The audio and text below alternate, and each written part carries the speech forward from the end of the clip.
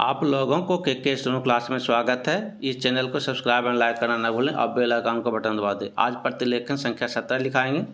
पहले 90 का स्पीड में, फिर 100 का स्पीड में। Ready, last ready, start. उपाध्यक्ष महोदय, मैं समझता हूँ कि अब तक इस वैदेशिक नीति पर न केवल इस ओर के सदस्यों ने ही बल्कि दूसरी ओर के सदस्यों ने भी प्रधानमंत्री जी को धन्यवाद दिया है। इसलिए मैं अपनी तरफ से धन्यवाद देकर उनका बोझ बढ़ाना नहीं चाहता। पहला चेंज, इसमें कोई संदेह नहीं कि इस सदन के सभी सदस्य, चाहे वे किसी भी पार्टी से संबंध रखते हों, इस बात से पूरे सहमत हैं कि हमारी विदेश नीति ने संसार में हमारा सिर ऊंचा उठा दिया है। हमने पंचशील के सिद्धांत को संसार के सामने रखा है। यदि हम उसके आधारभूत सिद्धांत पर दृष्टिपात करें तो हमको पता चलता है कि हमने संसार में एक जो सबसे बड़ा काम किया है वह यह है कि हमने तनाव को कम करने का प्रयत्न किया है। पहला चेंज, जिस समय हमने नई नई स्वतंत्रता प्राप्त की तो हमारे सामने बहुत से प्रश्न थे।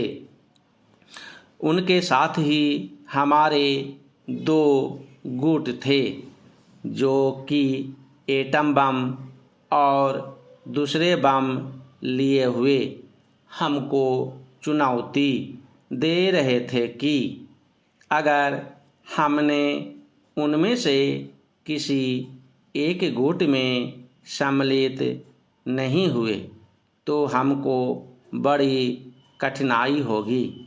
उस समय भी हमारे प्रधानमंत्री ने हमारे देश की वैदेशिक नीति को इसी स्तर पर रखा, जिसके कारण आज हम संसार में अपना सिर ऊंचा उठा सकते हैं। हमने जो संसार के सामने पंचशील के सिद्धांत को रखा, उसका सबसे बड़ा फल यह हुआ कि एक सम्मेलन हुआ जिसकी ओर मैं आपका ध्यान दिलाना चाहता हूँ। इस सम्मेलन में बड़े उत्साह के साथ संसार के 29 राष्ट्रों ने, जो कि एशिया और अफ्रीका से संबंध रखते थे, यह घोषणा की कि हम संसार में तनाव कम करना चाहते हैं और साथ ही हम यह चाहते हैं कि संसार में जो विभिन्न सामाजिक और आर्थिक नीतियां हैं वे साथ साथ चल सकें। हमारी वैदेशिक नीति में जो सबसे महत्वपूर्ण चीज़ है वह है सह-अस्तित्व की भावना। उसी भावना के फलस्वरूप हम देखते हैं कि आज कोरिया का युद्ध नहीं हुआ, जो कि एक तीसरे विश्व युद्ध के रूप में परिवर्तित हो सकता है। हमारी इस नीति के कारण हमारे अमेरिकी मित्र हमसे कुछ अप्रसन्न भी हो गए, लेकिन यदि हम ऐसा न करते तो आज संसार को तीसरा युद्ध देखना पड़ता। मैं बहुत ज़्यादा समय नहीं लूँगा, थोड़ा ही लूँगा। अब 100 के स्पीड में लिखाएंगे। पेंसिल कॉपी लेकर तैयार हो जाए। Ready, last ready, start. उपाध्यक्ष महोदय, मैं समझता हूँ कि अब तक इस वैदेशिक नीति पर न केवल इस ओर के सदस्यों ने ही बल्कि दूसरी ओर के सदस्यों ने भी प्रधानमंत्री जी को धन्यवाद दिया है। इसलिए मैं अपनी तरफ से धन्यवाद देकर उनका बोझ बढ़ाना नहीं चाहता। पहला चिन्ह। इसमें कोई संदेह नहीं कि इस सदन के सभी सदस्य चाहे वे किसी भी पार्टी से संबंध रखते हों, इस बात से पूरे सहमत हैं कि हमारी विदेश नीति ने संसार में हमारा सिर ऊंचा उठा दिया है। हमने पंचशील के सिद्धांत को संसार के सामने रखा है।